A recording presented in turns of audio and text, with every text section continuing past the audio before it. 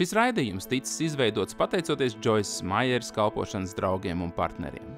Tavā dzīvē nav neviena cilvēka un nevienas lietas, ko Dievs nespētu izmainīt. Nekad nedomā un nesaki, skatoties uz kādu cilvēku, tu nekad nemainīsies. Es esmu Joyce Maiere. Es esmu redzējusi, kā Dieva spēks pārveido manu dzīvi, un Viņš to izdarīs arī priekš tevis. Padomā, kas notiek, ja mēs vēršam savas domas uz Dievu? Ja mēs vēršam savas domas uz to, lai mīlētu cilvēkus. Es gribu būt pazīstama ar to, ka es mīlu cilvēkus. Un tāpēc man par to ir jādomā katru dienu. Katru dienu man jādomā par to, kā mīlēt cilvēkus. Ar ko es šodien būšu kopā, ko es varu darīt, lai viņu paceltu. Vai varu izteikt kādu komplimentu, vai varu viņu iedrošināt, vai ir kas tāds, kas viņiem ir vajadzīgs, un es varētu to izdarīt. Nu, taču es tev mīlu, novērs savu prātu no sevis. Tu mīļais mazais radījums, novērs savu prātu no sevis un padomā par to, ko tu vari izdarīt priekš kāda cita, kā tu vari palīdzēt paplašināt valstību. Vai tu zini, ka viens cilvēks var izmainīt pasauli? Steve Jobs teica, tie cilvēki, kas ir pietiekami traki, ka domā, ka var izmainīt pasauli, ir tie, kas to arī dara. Es atceros, kā vienreiz lūdzu pašu trakāko lūgšanu. Es jutos muļķīgi to lūdzot, bet es jūtu, ka Dievs gribēja, lai es to lūdzu, un es lūdzu, Dievs, es lūdzu, lai tu atļauj man palīdzēt katram cilvēkam uz šīs planētas ar tavu vārdu. Katram cilvēkam. Ļauj man viņam palīdzēt. Es nezinu, vai mēs esam sasnieguši pilnīgi visus, bet mūsu televīzijas programma ir pieejama 106 valodās. Tātad, wow! Es pastāstīšu, kā tas strādā, un es to nesaku, lai palielītos. Es neesmu nekas bez Dieva. Bet mēs devāmies uz Papua Jaungvineju. Nu, tas ir tur kaut kur, nezinu kur. Un mēs tur devāmies, lai vadītu dievkalpojumu. Un vienīgais veids, kā cilvēki mani tur varēja atpazīt, ir caur TV pārraidēm. Un mēs braucām uz dievkalpojumu vietu, un ielās nebija neviena cilvēku. Un es domāju, nu gan, neviens nenāks uz dievkalpojumu, tas būs briesmīgi. Bet, kad mēs tur nonācām, tur izrādījās, ka bija kādi 650,000 cilvēku. Un ielās nebija neviena, tāpēc, ka viņi visi jau bija sapulcē.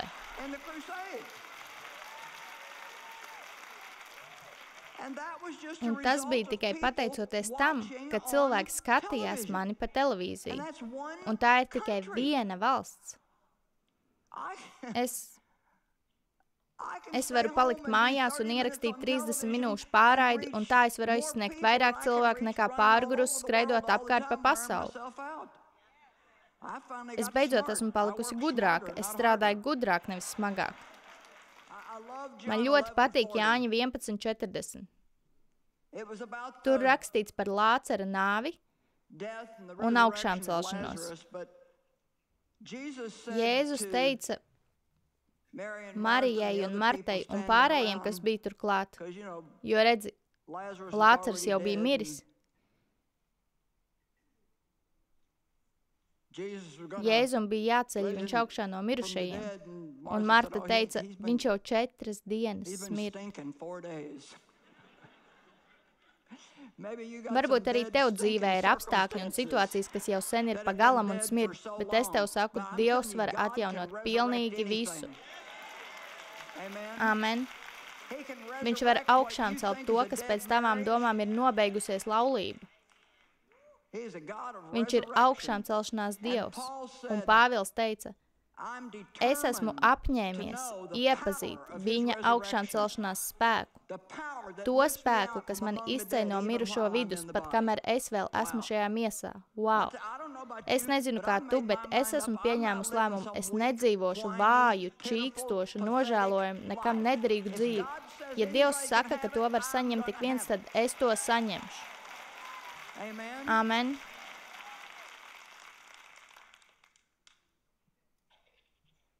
Manā dzimšanas apliecībā rakstīts, ka man ir 80, bet es tā nejūtos, un es nedzīvošu kā 80 gadniece un neiesēdīšos šūpuļkrēslā tikai tāpēc, ka man ir 80. Amen. Es plānoju turpināt šīs lietas līdz savam pēdējam elpas vilcienam, tikai Dievs zina, kad tas būs. Man nav ne mazākās vēlēšanās darīt jebko citu, man dzīvot ir Kristus un mirt ir ieguvums. Es personīgi nevaru sagaidīt, kad nonākšu debesīs. Bet es palikšu šeit un turpināšu to, ko daru, tāpēc, ka es ticu, ka cilvēkiem tas ir vajadzīgs.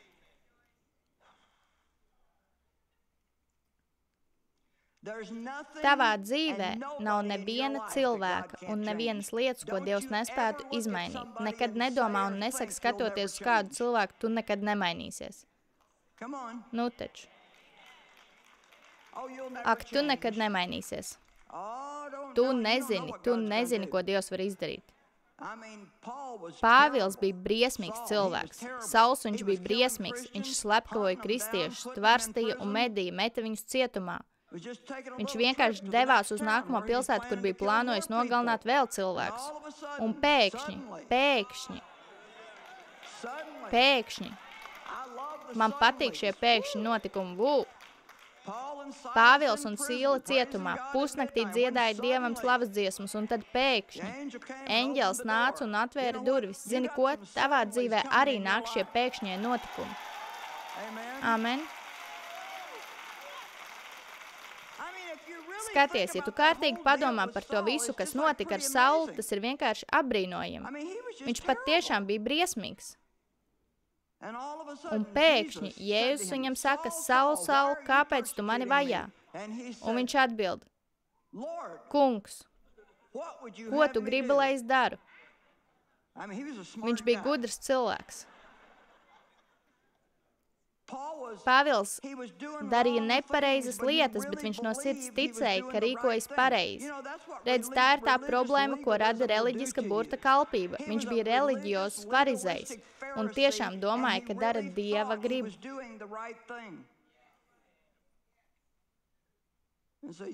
Un jūs jau zināt stāstu, viņš kļuva akls. Un Dievs viņam lika iet uz konkrētu māju. Un tad Dievs teica Ananijam, lai viņš iet un uzliek rokas Saulam.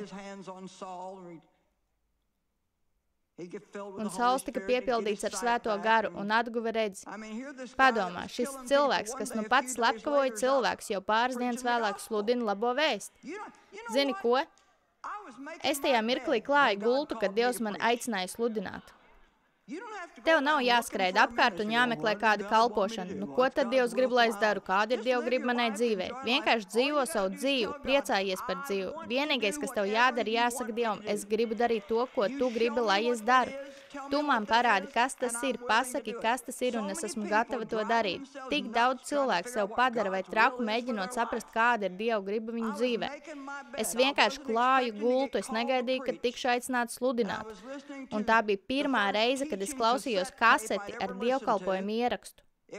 Dievkalpojums bija par to stāstu, kad Jēzus teica mācekļiem pārcelties uz otru pusi, un viņi momentāli nonāca vētrā, kas bija kā viesulis.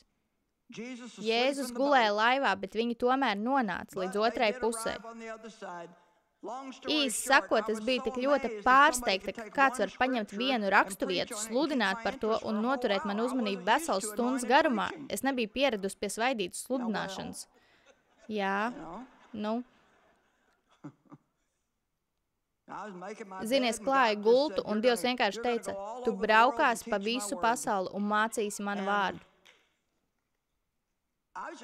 Un es biju pietiekami traka, lai tam noticētu.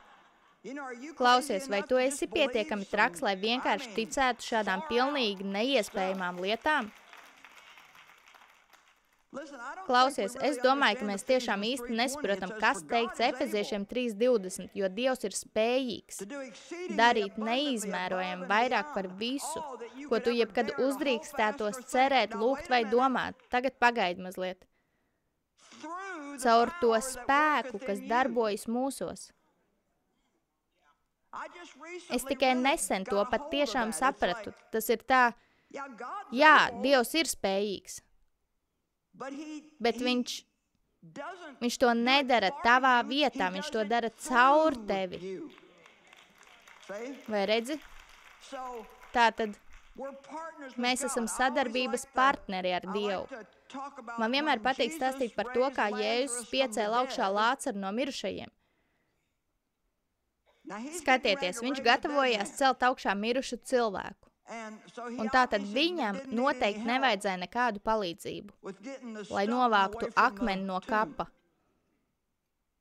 Bet viņš teica cilvēkiem, jūs novelciet akmeni. Kāds to saprata? Viņš izdarīs savu daļu, bet ne tad, ja mēs nedarīsim savējo. Varbūt tev ir kādi akmeņi dzīvē, kurus tev pašam ir jānovāc. Jā, es iešu parunāt ar tevi, tu man patīc. Varbūt tie ir kādi aizvainojumi akmeņi, kas aizsprostojuši tavu avotu.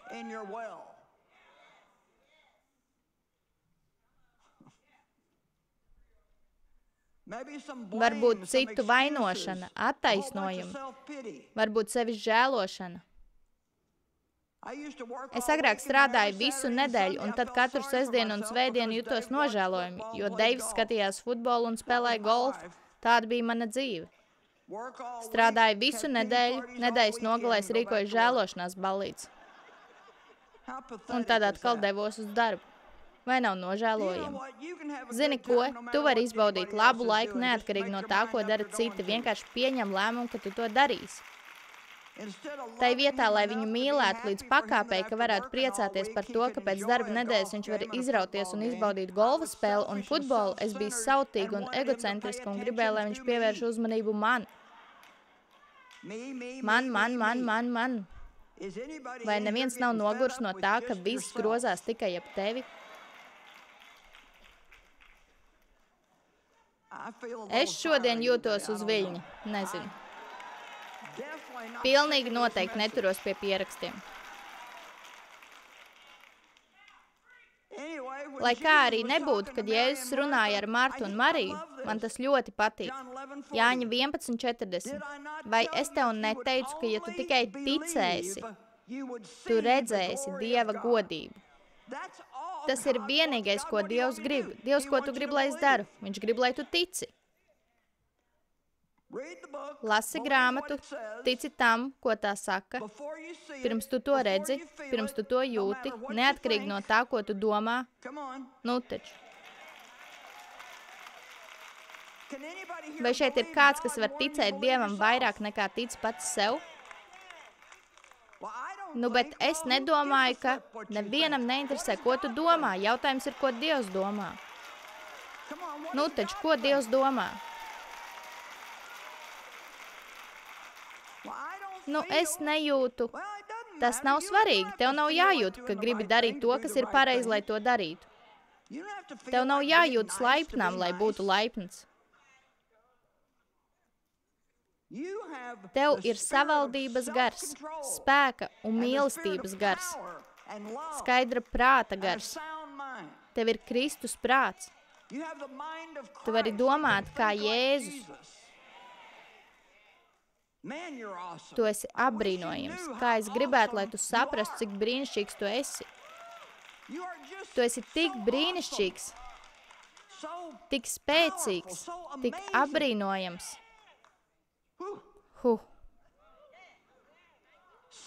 Grēks ienāca pasaulē caur vienu cilvēku Ādamu, un taisnība nāca caur vienu cilvēku Jēzu Kristu. Pietiek ar vienu cilvēku, kurš ir pietiekami traks, lai noticētu, ka var mainīt pasauli. Es ticu, ka es varu mainīt pasauli. Redziet, daži no jums domā, nu, tu gan esi nesko sadomājusies. Nē, es vienkārši esmu pietiekami dumja, lai ticētu Dievam. Nu, nopietni, vajag tikai vienu. Ko tu darīsi? Nu, es nezinu. Nezinu.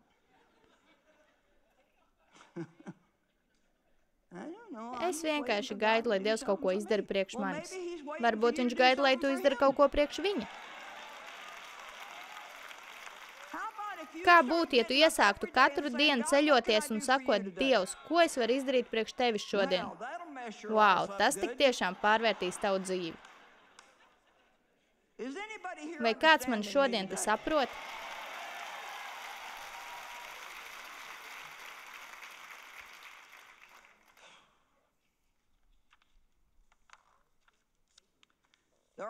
Ir tikai daži reti sastopami cilvēki, kas tic, ka viņi var darīt lielas lietas. Un viņi tās arī dara. Nehemija bija viens no tiem. Un ja tu nezini Nehemijas stāstu, tad tev tiešām vajadzētu izlasīt to grāmatu. Tā ir vienkārši, tā ir brīnišķīga. Zeme bija posta stāvoklī. Ļoti līdzīgi tam, kas notiek mūsu valstī. Vai tu vispār saproti, cik zemu mēs esam krituši? Cik varena šī valsts reiz bija? Tas ir ļoti skumji. Vienkārši skumji. Bet mums var būt augšām celšanās. Bet tikai tad, ja mēs daram savu daļu. Nav iespējams, cik daudz no jums saprot, ka ja mēs tikai sēžam un lūdzam, lai Dievs visu izdara, tas tā nestrādā. Mēs esam Dieva līdzstrādnieki. Viņš darīs savu daļu, bet mums ir jānoveļ akmens. Amen. Varbūt tev ir kāds akmens, piemēram, slikta attieksme. Man tādu akmeņu bija ļoti daudz. Zini, vecajā derībā veids, kurā viņi sakāva savus ienaidniekus, bija tāds, ka viņi piebēra ienaidnieku akas pilnas ar akmeņiem. Viņi meta akmeņus akās un aizdambēja tās. Un man ir ļoti labs dievkalpojums par to, kā vēlnam patīk mūs piebāzt pilnus ar vainas apziņas akmeņiem, rūgtuma akmeņiem, aizvainojuma akmeņiem. Un zini, ar visām šīm lietām, un tad Jēzus teica, no tavas iekšienes plūdīs dzīva ūdens upes, bet ja mēs esam pilnībā aizdambēti ar visiem šiem akmeņiem,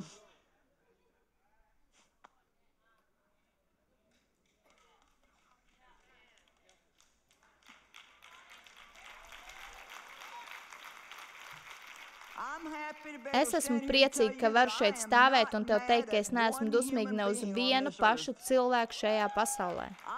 Manā sirdī nav nepiedošana nevis mazākā pakāpē.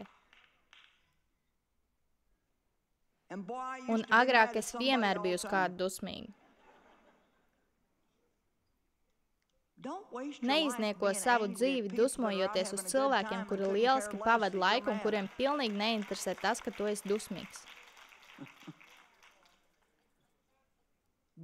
Neatdod kādam citam atbildību par savu prieku. Halo? Vai kāds man saprat? Bet tu nedari mani laimīgu. Nu tad padari pats sev laimīgu.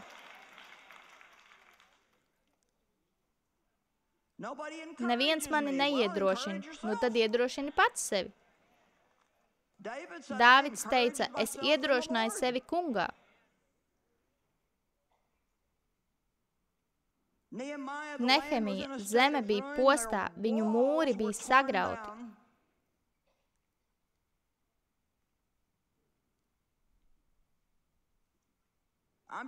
Es vienkārši nolasīšu pāris pantus no Nehemijas grāmatas.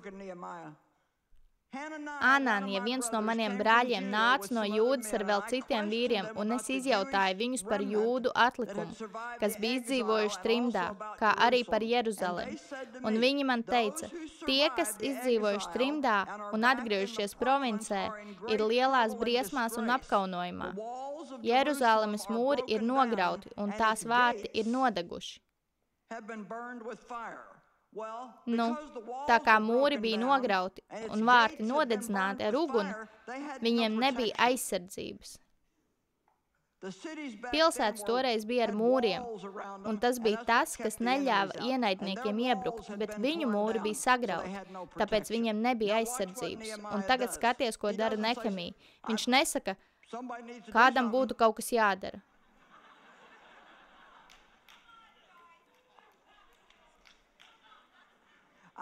Es tev pateikšu izteicienu, ko es neieredzu. Viņiem vajadzētu kaut ko darīt.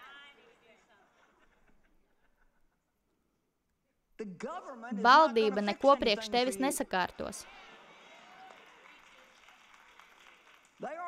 Viņi ir tie, kas to ir sabojājuši. Un man ir vienalga, vai tu esi republikāns vai demokrāts. Neviens no viņiem mūs neizglābs.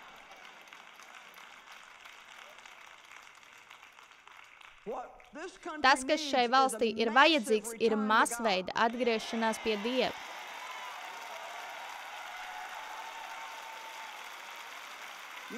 Tu teiksi, tas ir tas, ko es gaidu atmodu. Bet kāpēc tu to neuzsāc pats savā dzīvē? Piedzīvo privātu atmodu. Iededzies atkal par Dievu. Padari viņu par galveno savā dzīvē.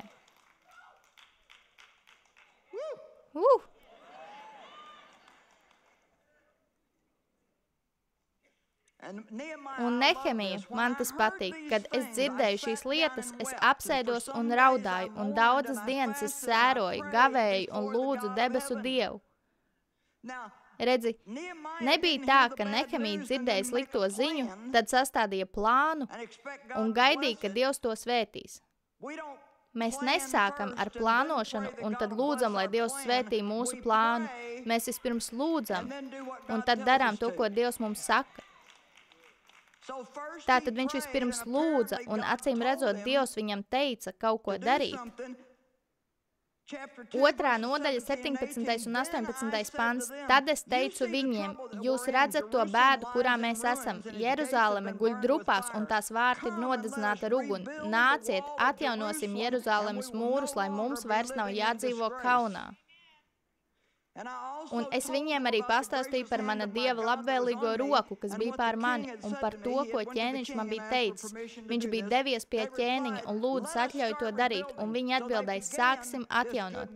Tad viņi uzsāk šo labo darbu, viņi strādāja kopā, nepārtraukti lūdza, cīnījās ar ienaidniekiem un opozīciju. Ja izlasīsi visu stāstu, redzēsi, ka tiklīdz viņi sāk darīt kaut ko labu, tā iesaistījās ienaidnieks. Un viss kļuva tik traki, ka viņi nonāca līdz punktam, kur viņiem bija jātur ierodas vienā rokā un jāstrādā ar otru. Bet viņi atteicās padoties. Un stāsta beigās mūris tika atjaunots.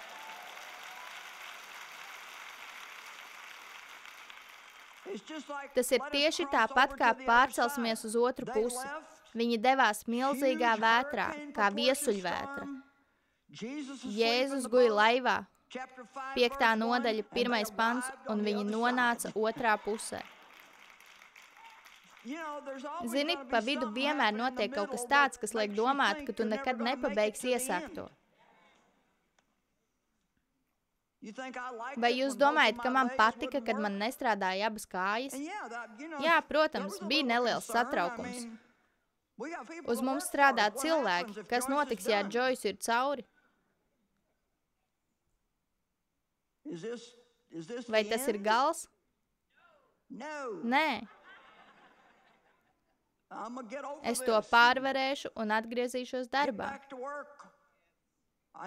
Man nekad neienāca prātā padoties. Vai tas, ka es neatlapšu? Mans plāns ir darīt tieši to, ko es daru. Atkal iet un sludināt evaņģēliju. Amen. Jāzeps ticēja, ka Dievs var radīt kaut ko labu no sliktas situācijas.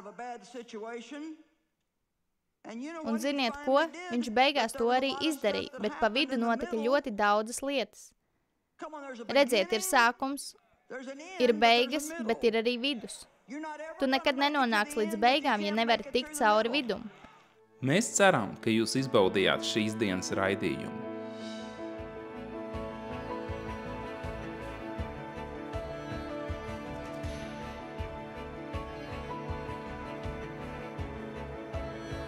Šis raidījums ticis izveidots pateicoties Joyces Maieres kalpošanas draugiem un partneriem.